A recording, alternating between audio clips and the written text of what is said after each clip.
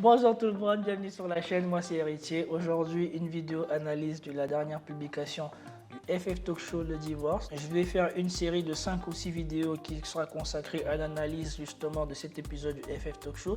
Donc si tu n'es pas encore abonné à la chaîne mais que tu regardes mes différents contenus, je te prie de bien vouloir t'abonner à la chaîne et de souscrire à la cloche de notification afin de pouvoir être informé des différentes vidéos qui vont être publiées dans les semaines qui suivent. Autre chose, plus de 80% d'entre vous regardent la chaîne sans être abonnés. Donc, je voudrais passer à un format beaucoup plus interactif. Je voudrais faire des lives avec vous pour interagir sur des sujets qui m'intéressent ou qui vous intéressent ou d'actualité, qu'on puisse débattre dessus, en tout cas échanger pendant un live. Je pense que ça serait beaucoup plus intéressant pour vous et pour moi. Pour atteindre cet objectif, il me faut dépasser la barre de 1000 abonnés. Je vous invite à vous abonner à la chaîne et à souscrire à la cloche de notification avant de commencer. Et aussi, n'oubliez pas de liker, de partager le contenu avec d'autres personnes si l'occasion se présente. Sur ce, on va commencer l'analyse de l'épisode et celle-ci va porter premièrement sur quelles sont les causes de divorce dans la communauté noire des différents participants qui sont là. C'est parti. Bienvenue sur votre émission, le FF Talk Show. Et nous allons donc traiter du sujet du divorce. Quelles sont, selon toi, les principales causes du divorce dans notre communauté? Waouh, ça commence fort. Ouais, direct. Alors, j'ai quelques points pour moi qui sont l'origine du divorce. Le premier point, c'est la non-connaissance de soi. C'est-à-dire que dans notre communauté, de manière générale, les Africains, nous ne nous connaissons pas. C'est-à-dire, tu ne sais pas d'où tu viens. Et l'autre aussi, il ne se connaît pas. Donc, quand vous rencontrez, c'est deux inconnus en fait qui se rencontrent et c'est compliqué pour eux. Compatibilité. Voilà, déjà, premièrement. Et deuxième chose, c'est lorsqu'on se marie, nous, on a ce qu'on appelle chez nous le makuela. Le makuela, c'est le mariage africain hérité de nos traditions. C'est un mariage spirituel. Parce que tout est spirituel chez nous à la base, les Africains. Tout est sacré, en fait, disons. Donc, une fois qu'on se marie traditionnellement, et que par la suite, on va se marier à l'église, par exemple, il y a court-circuit.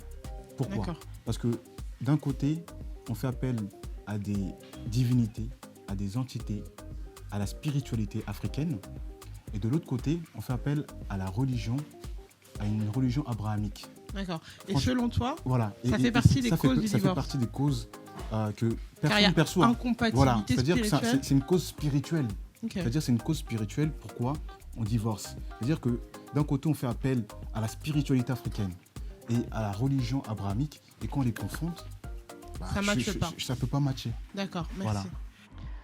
Donc, premier intervenant, notre confrère Dinanga que j'aime beaucoup, il a apporté une dose de culture à l'émission qui fait du bien. Moi, il m'apprend des choses, mais c'est comme dans Will Hunting quand un Robin Williams parlait à Matt Damon, il lui disait que tu es sûrement un enfant brillant. Si je te parle de la chapelle Sixtine, tu sauras sûrement me décrire tout ce qui est fait et comment on l'a fait, mais tu ne sais pas c'est quoi l'odeur de rentrer dans ce grand bâtiment et d'être dépassé par cette immense œuvre d'art et d'avoir le souffle coupé et de ne pas sentir l'odeur des choses qui sont à l'intérieur. Ça, c'est l'expérience et ça, tu n'as pas.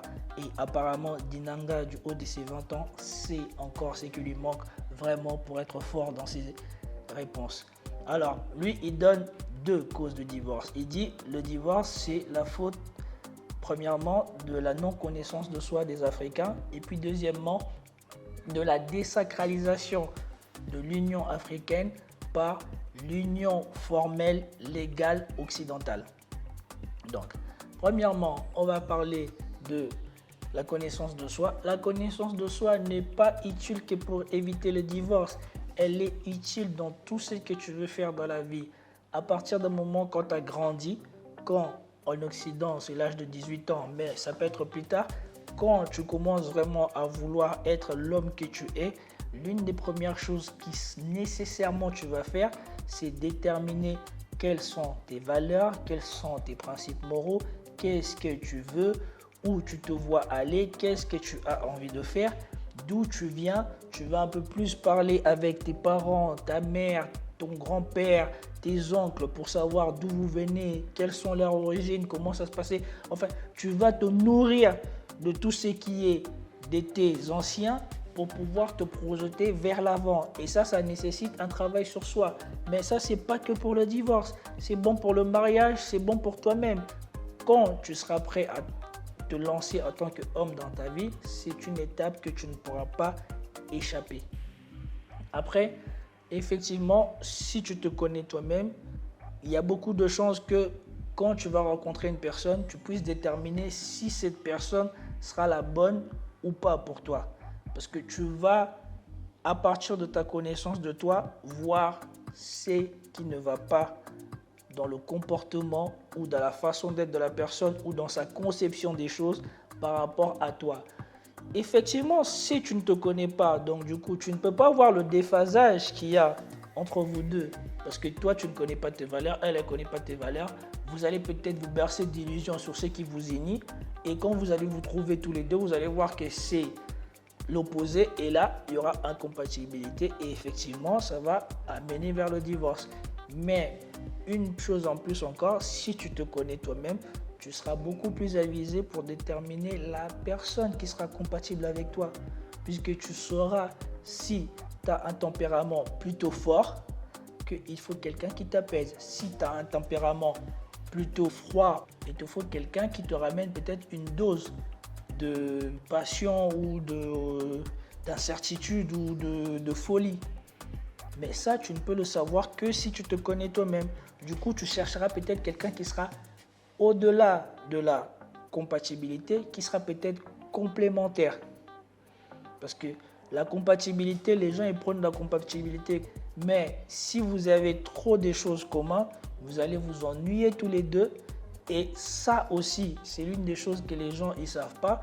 Mais quand tu as fait comme moi peut-être 15 ans de relation, si vous n'avez plus de choses que vous pouvez chercher à emmener l'autre vers ou à sortir l'autre de son train-train habituel, ça devient extrêmement difficile et pénible d'avoir ce train-train quotidien qui a l'impression de tout écraser dans son passage. Donc, moi, je donne plutôt le conseil d'aller chercher vers la complémentarité. Si tu cherches une personne qui t'est complémentaire dans sa façon d'être, mais que vous avez une base de valeurs communes, c'est plutôt ça le bon cocktail pour pouvoir réussir une vie de couple. Je ne dis pas réussir un mariage, mais déjà si tu réussis ta vie de couple, il y a des fortes chances que ton mariage se passe plutôt bien. Pour ce qui est de la désacralisation de l'union sacrée, puisque comme il dit chez nous les Africains, le mariage c'est quelque chose de sacré et qu'on le désacralise et qu'on rompt ce pacte de spiritualité en allant créer une union formelle, là je dirais encore que ça, ce n'est que de la théorie parce qu'il ne faut pas donner plus d'importance que ça au mariage légal ou formel qu'il y a en Occident. Effectivement, si c'est des gens qui ne sont pas des Africains, ils vont peut-être donner un côté sacré ou un côté solennel à leur mariage à l'église, puisque là, il y a des vœux qui sont prononcés et il faut les respecter. Et si déjà tu es quelqu'un avec des bonnes valeurs ou des bons principes moraux, toi-même, quand tu prononces ces vœux, tu sais que tu t'engages à quelque chose. Cependant, si tu es quelqu'un, comme je dis toujours, avec des bons valeurs moraux et des bons principes et des bonnes mœurs, je ne vois pas qu'est-ce qu'il y a de mal à faire ton mariage sacré traditionnel. Et aussi au cas où ta compagne ou ton compagnon voudrait une union formelle, de toute manière, si tu viens en Occident pour être reconnu en tant que couple formel, il vous faut une union formelle. Ça veut dire que vous allez passer par la mairie, vous n'êtes pas obligé de passer par l'église. Donc, il faudra formaliser votre union quoi qu'il en coûte. Après, pour ceux qui sont chrétiens et qui rajoutent une dose de spiritualité, de christianisme, il n'y a pas de mal à cela. Je veux bien que notre frère Dinanga soit féru de culture, mais il lui manque l'expérience pour nuancer ses propos. L'un ne va pas sans l'autre. Combien de gens ici en Afrique, j'ai vu, qui se sont contactés du mariage africain et qui eux-mêmes désacralisent ce mariage Ça ne veut rien dire du tout. Le plus important, c'est vraiment toi, la personne. C'est toi qui feras que ton mariage va réussir ou non. C'est pas parce que tu t'es limité juste à faire le nécessaire et à être formel dans ton mariage traditionnel que tu vas rater le divorce. C'est pas automatique. Clever.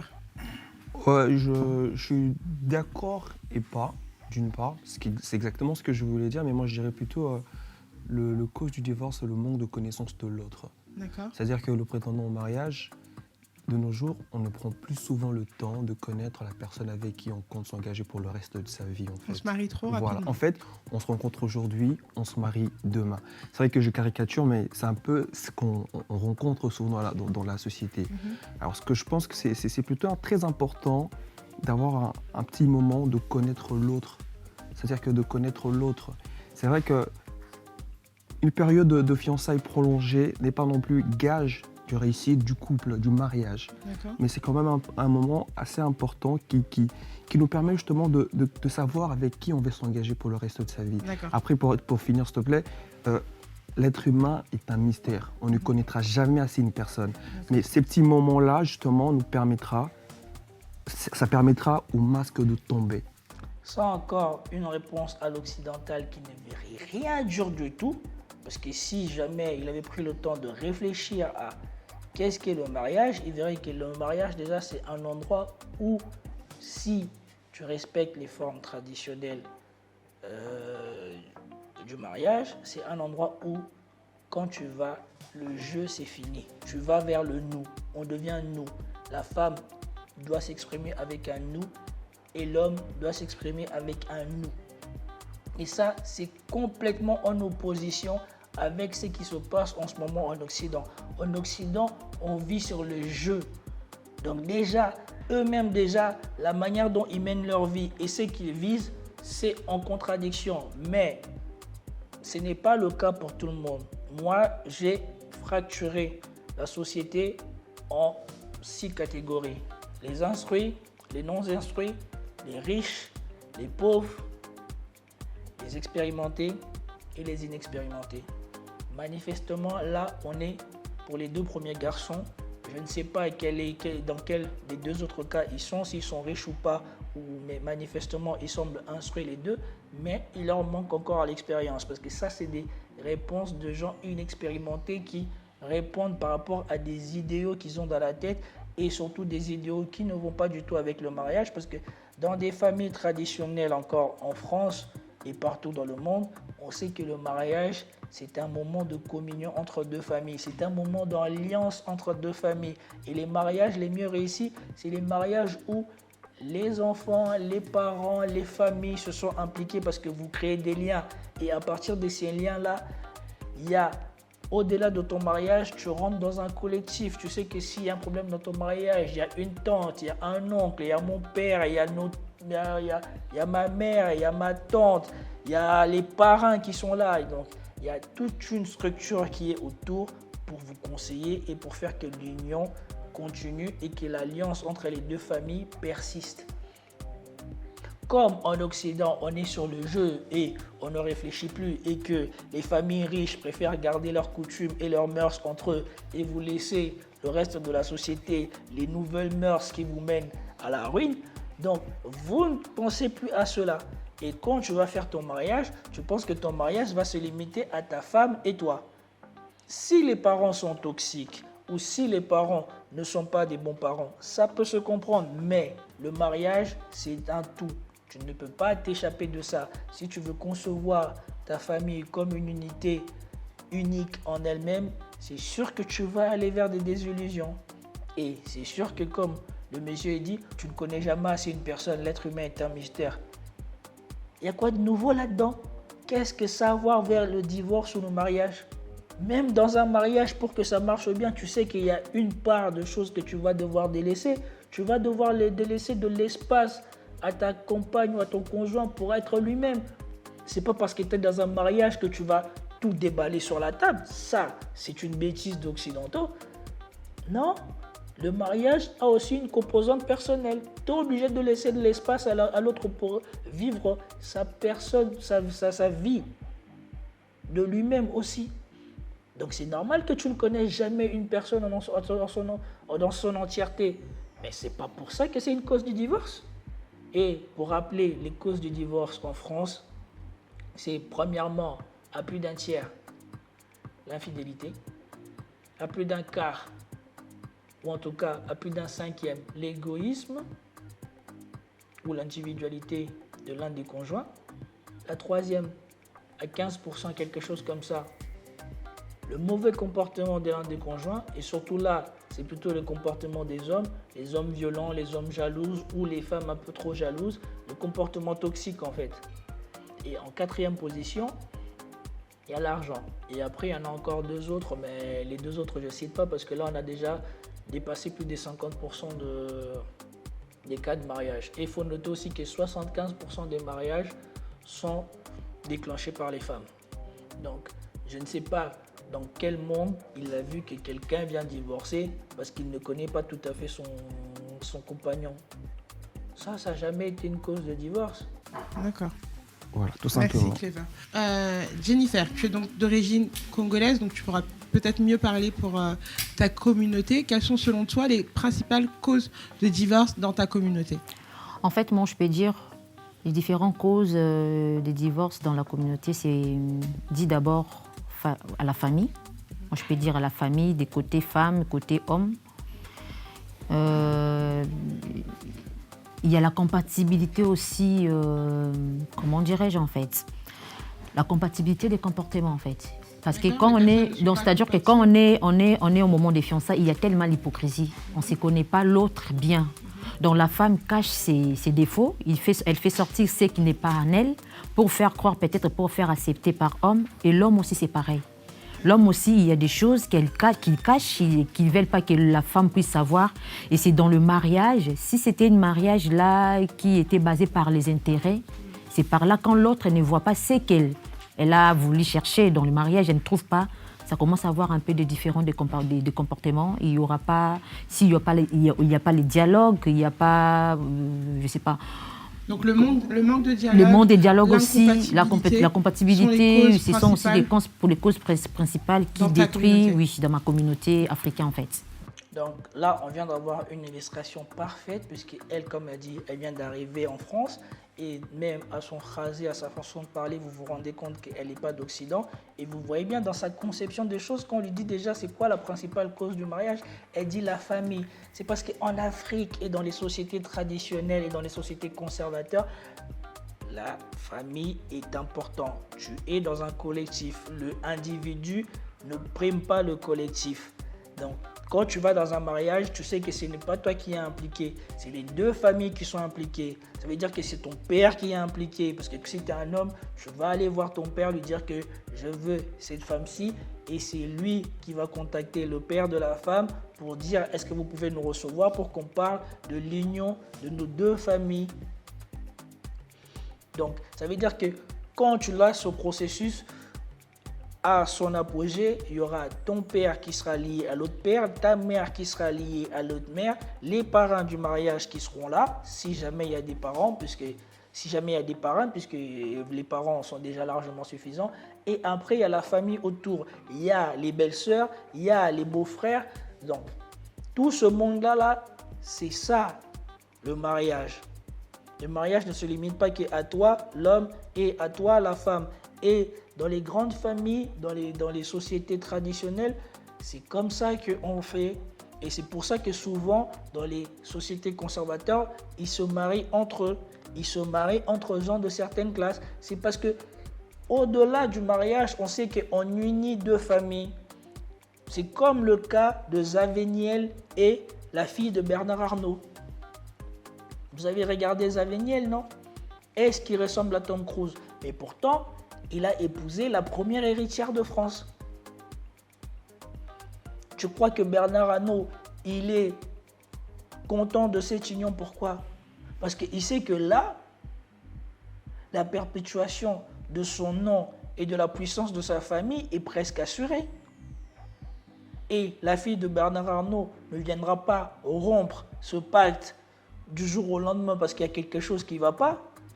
Donc, moi, je tire les oreilles à notre communauté d'Africains acculturés qui vivent en Occident, il faut revenir à ce qu'on est.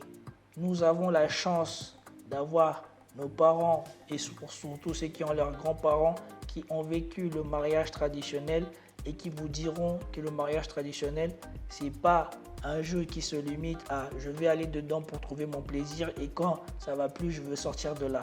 Non. L'un des causes du divorce accepté que j'ai vu dans les sociétés traditionnelles, c'est vraiment la violence, les responsabilités et le mauvais comportement de l'homme la plupart du temps. Si l'homme ne prend pas soin de sa famille, ça peut amener à ce que l'autre famille demande à ce que l'union soit rompue. Si l'homme bat trop sa femme, l'autre famille peut demander que l'union soit rompue. Mais ce genre de choses arrivent rarement en Afrique, puisque quand tu vas te marier, surtout si tu es dans une grande famille, dans une bonne famille, et que tu as impliqué tes parents dedans, quand vous allez prendre la fille des gens, la fille, elle devient comme ta sœur, elle devient la fille de ton père. Donc ça veut dire que quand tu vas la maltraiter, elle va aller voir ton père, elle va dire à ton père ce que tu fais, et ton père va venir et va te tirer les oreilles. Et surtout, le poids du patriarche dans les familles africaines, dans les familles traditionnelles, dans les sociétés conservateurs est immense. Parce que la plupart du temps, tu deviens un homme en passant par ton père. C'est ton père qui te donne les connexions pour le travail, qui t'aide à monter ta société, qui est là, qui fait que tu deviens quelqu'un. Ça veut dire que même quand tu es grand, il a encore cette influence sur toi. Donc du coup, tu respectes ses engagements, tu respectes ton engagement envers lui. Et surtout si lui encore, il a été s'engager et se porter garant pour toi, tu respectes. C'est pour ça que les mariages fonctionnent. Vous croyez que c'est de la magie? Quand vous retirez tout ça, et que toi, tu n'as que pour seule limite ou pour seule influence toi-même, à partir du moment où tu débordes, comment est-ce que tu vas revenir à la raison? Tu ne peux pas. Et c'est pareil pour les femmes de l'autre côté. Les mères sont là pour te rappeler qu'est-ce qui se passe, quelles implications, qu'il faut rester là, il faut tout faire pour réussir ton mariage. Vraiment, ça c'est important pour toutes les futurs mariés noirs. Si tu es acculturé, prends le temps de réfléchir à ce que tu veux faire. Va chercher des aînés, celles qui ont fait des mariages, celles qui sont dans des mariages, qu'elles te disent vers quoi tu te lances. Que c'est pas la fête, que tu vas pas faire des photos pour publier sur Instagram et après croire que ton mariage va réussir. Non. Parce que vous vivez dans une société qui elle-même déjà n'est pas compatible avec le mariage en fait. Parce que quand vous prenez les valeurs de la société actuelle, le capitalisme, l'individualisme, le jeu que je veux ça, je veux ci, l'Instagram, les féministes, la non-soumission à l'homme qui est prônée, le mariage il est impossible avec des valeurs comme ça. D'accord, merci Jennifer. Daya, je vais te laisser juste après compléter. Après Okay. Daya. Pour moi, je pense que grand sens, je pense que le capitalisme y est pour beaucoup. Le capitalisme. Oui, Ok. dans le sens où on est vraiment dans une génération, dans un monde où on veut tout de suite. Et ça, dès que quelque chose ne fonctionne pas, on ne veut pas le réparer. C'est très facile à On changer. change. Et pour moi, ce serait ça, une des grandes causes. Et la deuxième, ce serait parfois on n'est pas prêt à faire des concessions. Ndaya, elle aussi, chapeau pour le casting de cette année. Elle rajoute de la valeur ajoutée à l'émission. Elle met le doigt sur quelque chose qui se passe actuellement. L'Occident n'est plus une société où on valorise l'effort, la loyauté, l'attachement. Parce que des fois, tu achètes quelque chose, tu es attaché avec et tu vas le réparer s'il s'abîme. Là, on est passé dans une société consumériste, du remplacement. Et les gens ont poussé ça à l'extrême, ils poussent ça même dans leur vie. Quand tu as pour habitude de remplacer tout ce qui se passe dans ta vie, tu vas peut-être penser que tu peux remplacer un mari ou un papa ou un père de famille comme ça. Alors que ces choses-là ne se remplacent pas comme ça. Ils ne sont pas faits pour se remplacer comme ça. Et c'est pour cela, bien souvent, celles qui ne sont pas prêtes, et quand vous regardez la plupart du temps, les divorces les plus faciles sont chez les gens peu instruits, c'est les gens inexpérimentés et chez les pauvres. Ce n'est pas un hasard. Parce que les gens riches, comme ils sont habitués à faire des efforts, ils savent que quand j'ai un bon compagnon qui me permet de poursuivre mes ambitions tout en ayant une vie de famille, j'ai intérêt à tout faire pour que ça marche. L'expérimenté qui a vu les différents mariages échouer quand il a une partenaire avec qui ça marche, il sait bien que celle-ci, c'est l'occasion pour moi de trouver celle avec qui je vais faire ma famille. Et l'instruit a assez de recul sur ce qu'il apprend, en tout cas pour déjà avoir la théorie pour pouvoir théoriser son mariage. L'expérience lui dira peut-être s'il a tort ou non, mais en tout cas, il a déjà les bases théoriques. Parce que si tu es instruit, tu vas aller chercher les causes du divorce. Dans les causes du divorce, tu vas voir qu'il y a l'infidélité, il y a l'égoïsme, il y a l'argent. Donc, tu vas peut-être vouloir t'instruire pour avoir déjà l'argent. Tu élimines un facteur, l'individualisme. Donc, tu vas déjà vouloir avoir quelqu'un qui est plutôt dans le sacrifice, dans le nous, dans le on va faire. Tu vas éviter de prendre quelqu'un de je. Tu vas prendre quelqu'un qui est plutôt dans la complémentarité avec toi. En tout cas, c'est ce que tu vas t'avancer comme idée dans la tête. D'accord. Ok. Merci Ndaya. Tu as dit quelque chose d'important, on reviendra dessus Ndaya. Je te laisse... Donc voilà, un des facteurs de divorce aussi dans notre communauté aujourd'hui, déjà de fait de ne pas se connaître, en plus de ça, manque de projet. C'est-à-dire qu'il faut savoir que quand on se met en couple, il faut des projets. Déjà personnellement, en tant qu'individu, il faut avoir des projets. Pour ça, Do Nascimento, un grand historien, il a écrit un livre, le 5e projet, la solution pour l'épanouissement en couple. Je le montre pour ceux qui veulent s'en procurer. C'est un très bon livre pour le couple. Donc, il explique que voilà, dans un couple, il faut un projet. Si on veut se marier, enfin, on veut fonder sa famille, il faut des projets. Si on n'a pas de projet, effectivement, on se retrouve à faire juste bisous, et puis quand ça ne va pas, merci, au revoir. Donc voilà, c'est ça que je voulais rajouter. Merci beaucoup, Dinanga. Comme vient de dire notre confrère, dans un couple, il faut des projets. Mais bon, notre confrère, comme je disais, il a beaucoup de théories, mais il n'a pas encore l'expérience. Il a 20 ans ou quelque chose comme ça. Donc d'ici 5-6 ans, je pense que là, vraiment, il va commencer à devenir béton au niveau de ses réponses parce qu'il aura accumulé de l'expérience. Un couple qui ne tourne pas autour de projets, c'est un couple qui est voué à l'échec ou en tout cas à sa dissolution parce que la vie en elle-même vous impose des projets.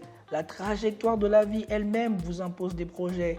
Si déjà tu penses à te marier, c'est déjà un projet en soi. Donc avant même de devenir une famille, rien que le fait d'avoir pensé à l'idée de se marier, c'est un projet en soi. Pareil pour les fiançailles. Et quand tu commences à avoir une vie de couple qui commence à prendre des années, tu vas voir que les projets viennent d'elles-mêmes. Soudainement, tu vas te rendre compte que peut-être que tes amis ont tous fait des enfants, toi, tu n'as pas encore fait d'enfants. Tu commences à réfléchir à faire un enfant. C'est un projet. Ta femme ou ta compagne ou ta fiancée commence à approcher la trentaine, elle va avoir son premier enfant. Boum. Tu commences à te retrouver dans un projet. Vous faites un enfant, il vous faut un appartement plus grand. Boum. Vous commencez à faire un projet. On commence à vouloir se déplacer. On se rend compte que se déplacer en famille, si on a un enfant, deux enfants, ça commence à devenir compliqué. Il nous faut une voiture, un nouveau projet. Ça vient d'elle-même. Il n'y a pas besoin d'aller les chercher. Le plus important, c'est d'être avec la bonne personne. Quand tu es avec la bonne personne, la vie vous ramènera automatiquement les projets qui vont avec les étapes de la vie. Parce que quand tu vas avoir des enfants, qu'est-ce que va vouloir ? Tu vas vouloir, toi et ta femme, si vous avez les mêmes valeurs, les bonnes mœurs, vous allez devoir vous sacrifier pour construire l'avenir de votre enfant. Et là, ça demande quoi ? Commencer à épargner, commencer à vouloir investir dans une maison. Les projets viennent d'elles-mêmes, tu n'as pas besoin de les chercher. Mais il faut déjà le vivre pour le savoir. Whitney. Alors, je parle de ce que moi j'ai vu et de ce que aussi j'ai vécu. Quand on parle de cause du divorce, très souvent dans notre communauté, je parle dans la communauté congolaise parce que je suis d'origine congolaise, D'accord. j'ai pas vu beaucoup de femmes. Généralement, les femmes demandent le divorce à cause des mauvais comportements de leurs compagnons. Est-ce que tu peux me citer un mauvais comportement? La violence. D'accord. La violence conjugale, la violence psychologique, D'accord. la violence verbale. D'accord. Très souvent dans nos familles, dans mon cas personnellement, ma mère c'était une personne qui était, elle a grandi ici, pour elle c'est comme si elle était née ici. D'accord. Mon père est un homme il est né au pays, il a grandi là-bas, il est venu ici. Il y a un décalage au niveau des mentalités. D'accord. Et, Le choc du des coup, mentalités. Voilà, alors ça crée l'incompréhension, tu vois. Moi, j'ai vraiment un modèle, si je dis du côté de mon père, il veut nous instituer ce qu'on lui a appris parce qu'il D'accord. estime que c'est bon. D'accord. Alors que ma mère, elle va être un peu plus ouverte, D'accord. plus dans le dialogue. Donc l'incompatibilité en termes de comportement et les violences, peu importe telles qu'elles soient. Exactement. D'accord.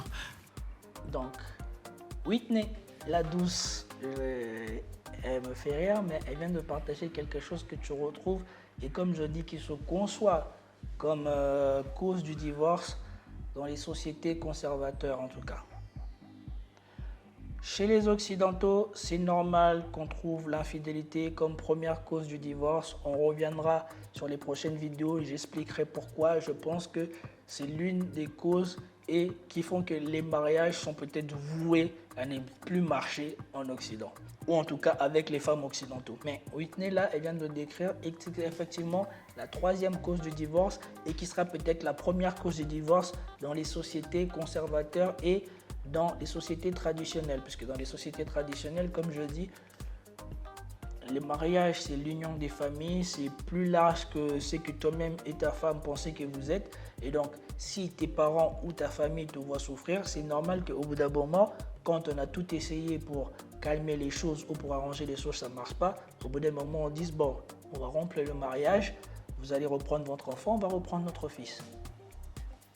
Tous les comportements toxiques, en fait, peuvent amener à la désillusion d'une union. Donc là, elle a dit quelque chose d'important qu'on peut retrouver ou qu'on peut accepter dans les sociétés traditionnelles.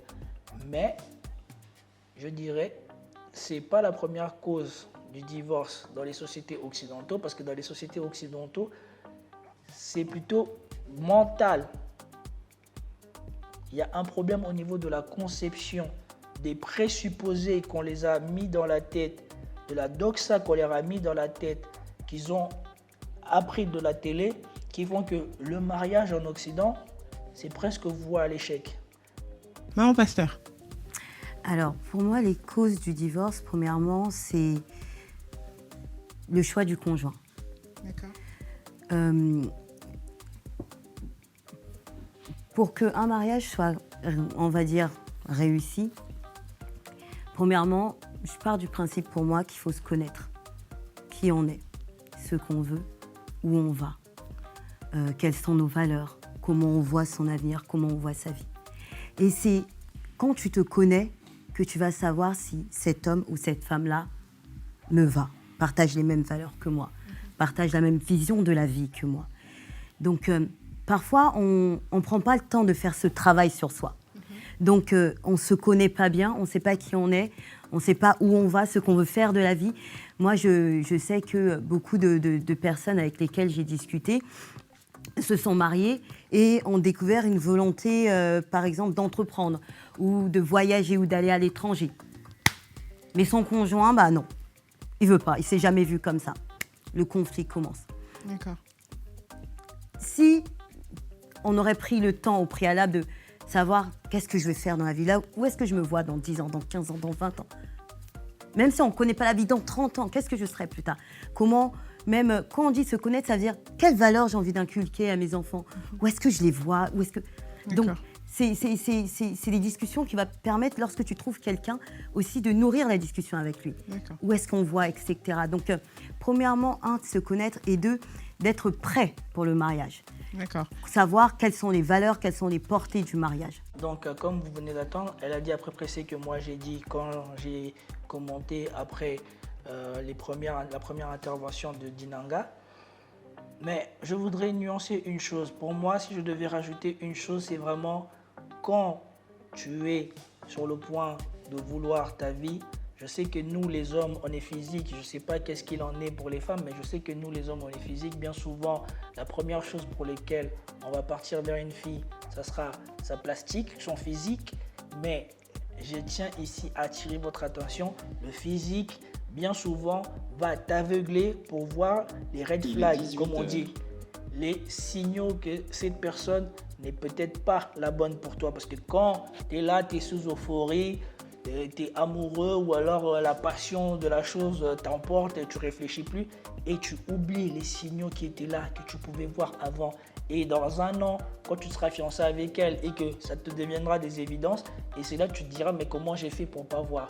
Ce que je dis ici, c'est que je ne dis pas que tu ne peux pas trouver une fille avec un physique canon qui soit bien pour devenir ta femme et réussir ton mariage avec elle. Je dis que quand tu es attiré par une fille, premièrement par le physique, après ça, après la phase d'euphorie, assure-toi que dans la phase de stabilisation, ou en tout cas dans la phase de cristallisation, là c'est un mot qui marche mieux, oui, parce qu'on va cristalliser nos envies, nos valeurs et nos mœurs et nos façons de vivre pour créer et peut-être pour aller vers le mariage. Dans cette phase-là, il faut être éveillé qu'elle est bien soit compatible, soit complémentaire à toi. Et surtout, il faut tester la moralité des gens en fait. C'est vraiment ça le plus important. Si la personne elle n'est pas intègre, dis-toi que vous allez avoir des problèmes pour le futur. Vraiment, l'intégrité, je crois, c'est l'une des choses les plus importantes à rechercher sur son partenaire. Parce que si tu as une partenaire intègre, tôt ou tard, elle se remettra en question sur les choses qui ne marchent pas. Elle viendra pour que vous trouviez une solution, ou en tout cas, elle reconnaîtra ses torts, ce qui facilitera la recherche d'une solution. Mais si tu tombes sur quelqu'un qui n'est pas intègre, tu es déjà en problème. Après, deuxièmement, il faut voir la personne si elle est loyale envers toi, parce qu'il y a souvent des personnes qui sont comme ça, qui se connaissent malhonnêtes ou un peu intègres, mais qui sont loyaux.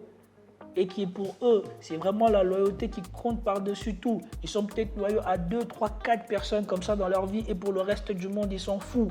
Si tu tombes sur une personne qui t'est loyale contre tout, eh ben c'est peut-être beaucoup mieux qu'une personne qui est intègre. Parce qu'une personne qui est intègre, quand elle verra que son intégrité est touchée, peut-être qu'elle va renoncer. Et c'est normal parce que l'intégrité pour lui, c'est important. Mais si l'intégrité, il n'y a pas, cherche la loyauté.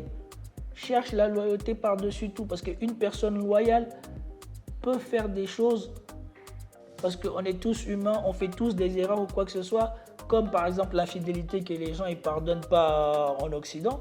Ben, cette chose-là peut arriver dans un mariage.